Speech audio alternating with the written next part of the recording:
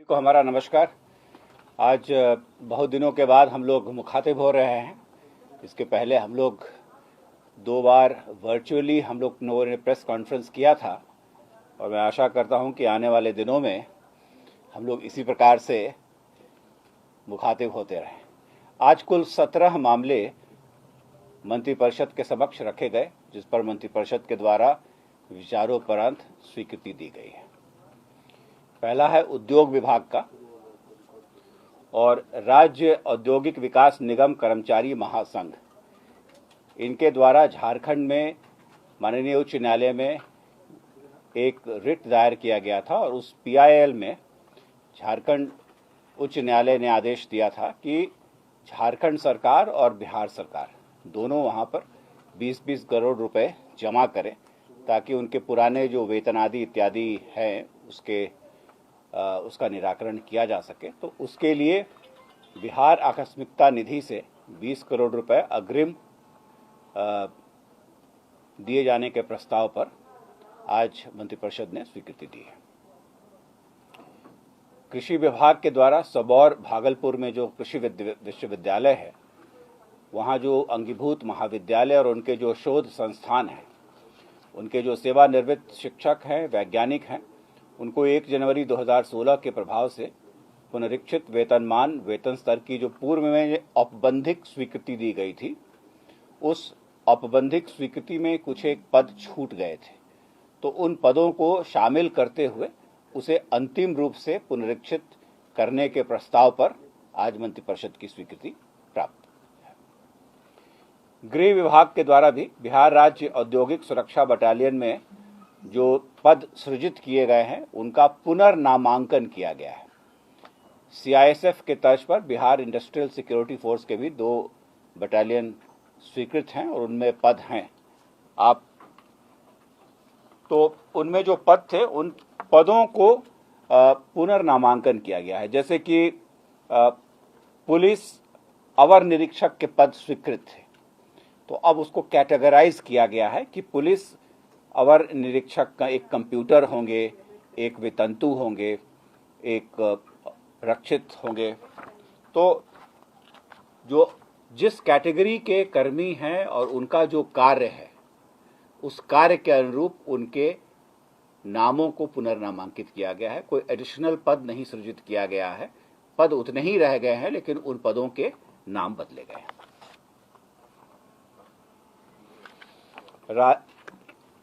मद्य निषेध उत्पाद निबंधन विभाग के द्वारा जो बिहार छोआ नियंत्रण अधिनियम है 1947 की, उसके धारा 8 के तहत में छोआ का जो मूल्य है उसका निर्धारण समय समय पर किया जाता है। आज उसका पुनर्निर्धारण किया गया है।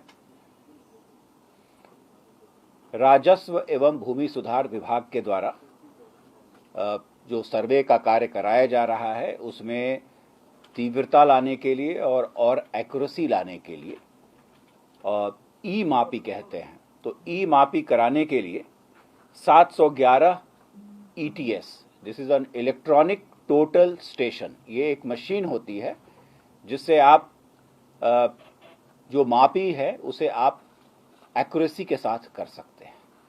तो प्रस्ताव था विभाग का कि प्रत्येक अंचल में 1-1, प्रत्येक अनुमंडल में 1-1 और प्रत्येक जिले में 2-2 ETS machine, electronic total station machine खरीदे जाए और लगभग एक की कीमत 6 लाख रुपए आती है। तो उसके आधार पर कुल 42 करोड़ 66 लाख रुपए व्यय की स्वीकृति आज मंत्रिपरिषद के द्वारा प्रदान की गई है।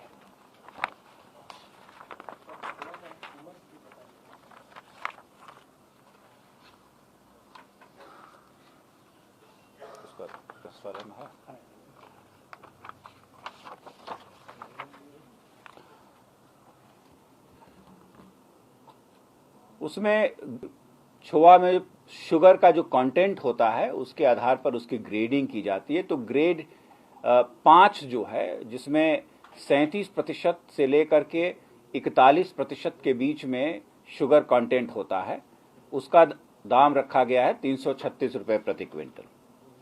फिर 41% से 45.99% के लिए रखा गया है 385.35।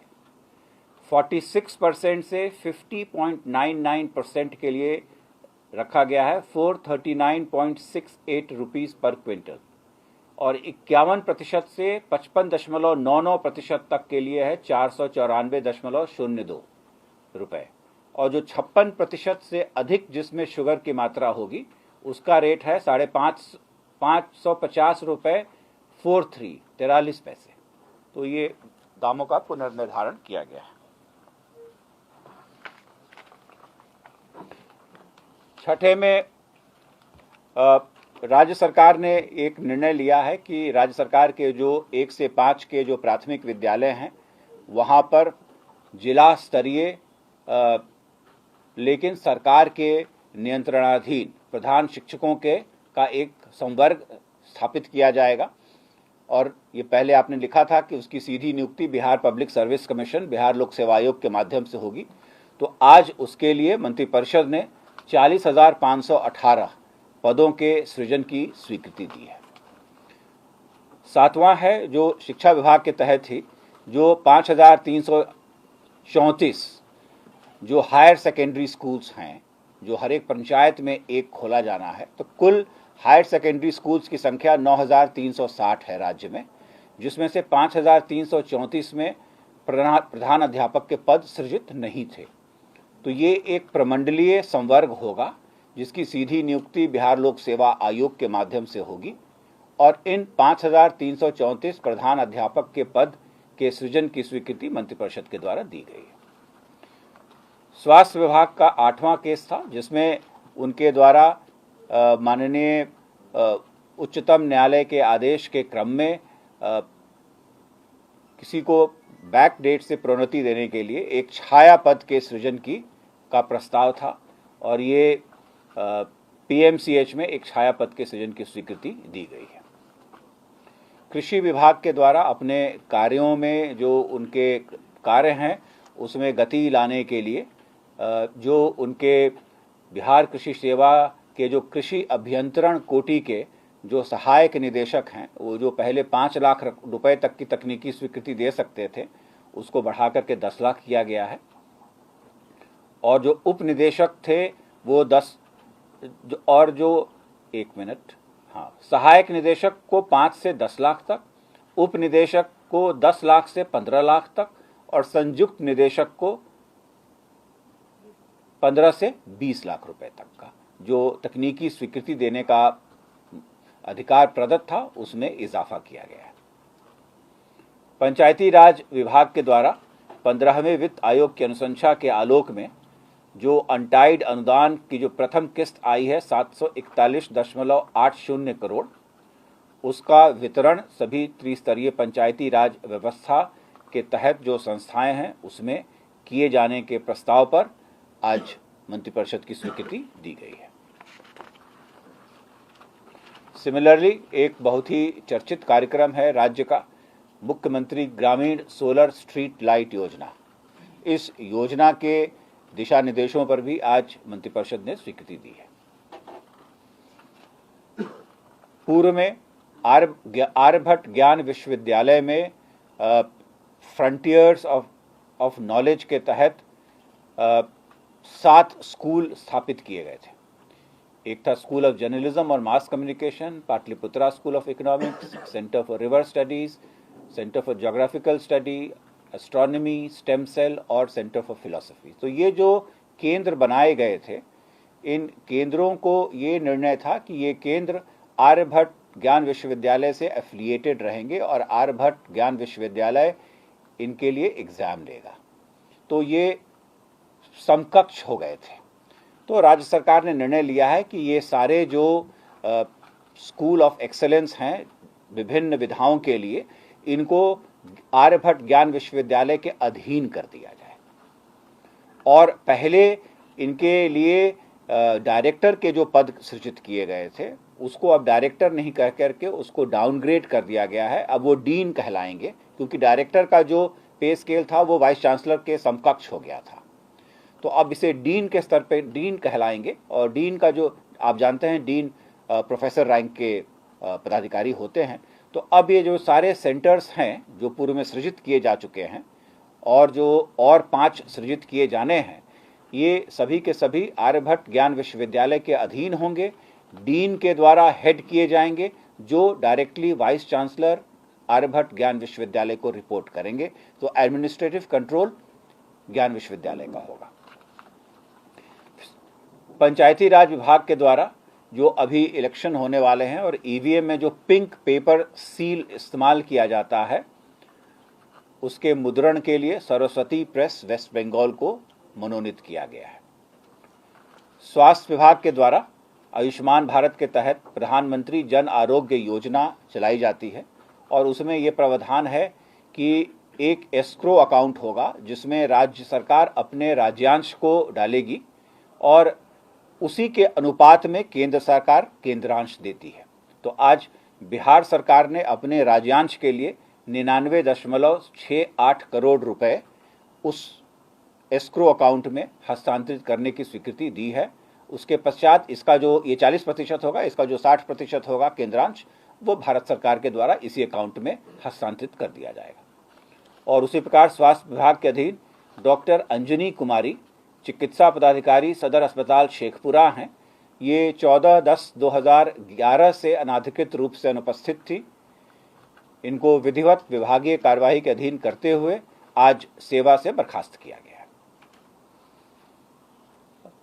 हमारे जो कारा हैं उसमें लोग मोबाइल का फ़ोन का इस्तेमाल करते हैं और इस मोबाइल फ़ोन की प्रवृत्ति को बंद करने के लिए सर्वप्रथम राज्य सरकार ने गृह विभाग का प्रस्ताव था कि बेऊर और मंडल कारा हाजीपुर, इन दोनों काराओं में जैमर लगाए जाएंगे और ये 4G जैमर्स होंगे। और इसके लिए भारत इलेक्ट्रॉनिक्स लिमिटेड, जो भारत सरकार की एक उपक्रम है, उसने प्रस्ताव दिया था 19,52,566 रुपए का और भारत इलेक्ट्रॉनिक्स लिमिटेड को मनोनीत करते हुए उक्त राशि के व्यय करने की स्वीकृति मंत्रिपरिषद ने दी है। और जो अंतिम 17वां है वो है Bihar state power holding company की जो 2 कंपनियां हैं उनके नीचे, नॉर्थ और south Bihar power distribution company limited, इनके ऊर्जा बकाया के मद में और जो जहां से ये पावर खरीदते हैं उनको समय समय पर भुगतान किया जाता है। तो उसके लिए लेटर ऑफ क्रेडिट स्थापित करने की अनुमति दी गई है और उसके माध्यम से पंजाब नेशनल बैंक और जो अन्य बैंकों का समूह है उससे north Bihar power distribution company limited को 400 करोड़ और south Bihar power distribution company limited को 450 करोड़ की जो वर्किंग कैपिटल लोन है, कार्यशील पूंजी ऋण प्राप्त करने की स्वीकृति मंत्रिपरिषद के द्वारा दी गई है। और ये ऋण और इस ऋण पर जो ब्याज होगा, इसे ये दोनों कंपनियां अपने आंतरिक संसाधन से जो इनको राशि प्राप्त होगी उससे ये बैंकों को वापस करेंगी। तो ये कुल आज 17 प्रोग्राम प्रस्ताव थे जो आज मंत्रिपरिषद के समक्ष रखे गए, जिस पर मंत्रिपरिषद ने विचारोपरांत उस पर स्वीकृति दी है।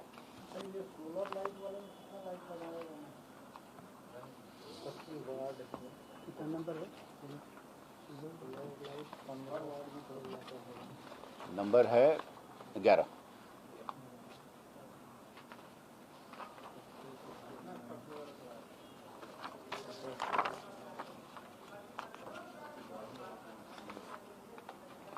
ग्राम पंचायतों के टोलों बसावट क्षेत्रों की सड़कों गलियों को देखते हुए प्रत्येक वार्ड में औसतन 10 सोलर स्ट्रीट लाइट लगाए जाएंगे।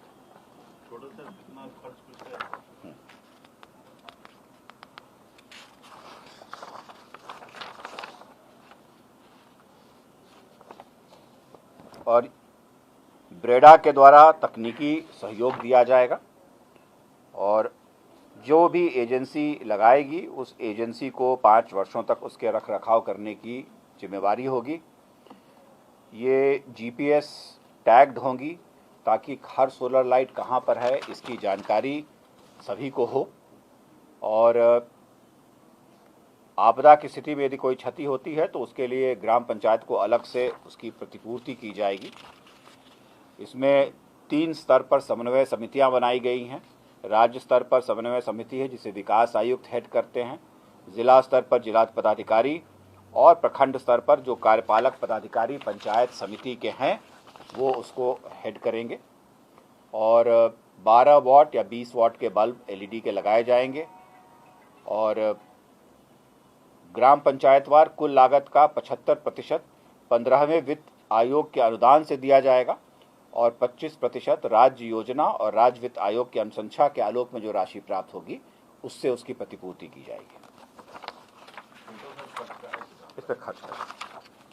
जो जैमर लगाया जाएगा, 1 मिनट में बताता हूँ। है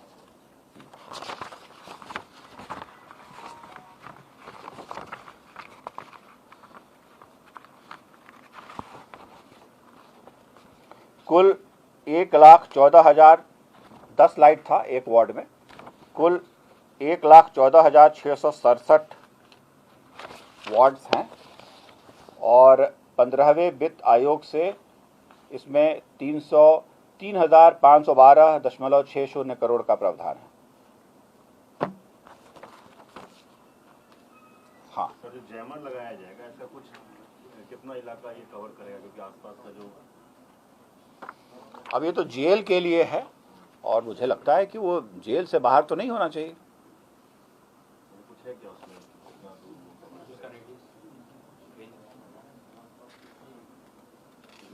बाउंड्री पर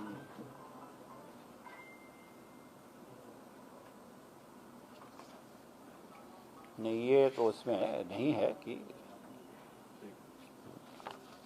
इसमें पहले ये लगाया जाएगा बेऊर जेल में और उससे जो अनुभव प्राप्त होगा और देखा जाएगा कि कितना कुछ कारगर है, उसके पश्चात इसको हाजीपुर में लगाया जाएगा। एक का कीमत सर 19 करोड़ दोनों का है।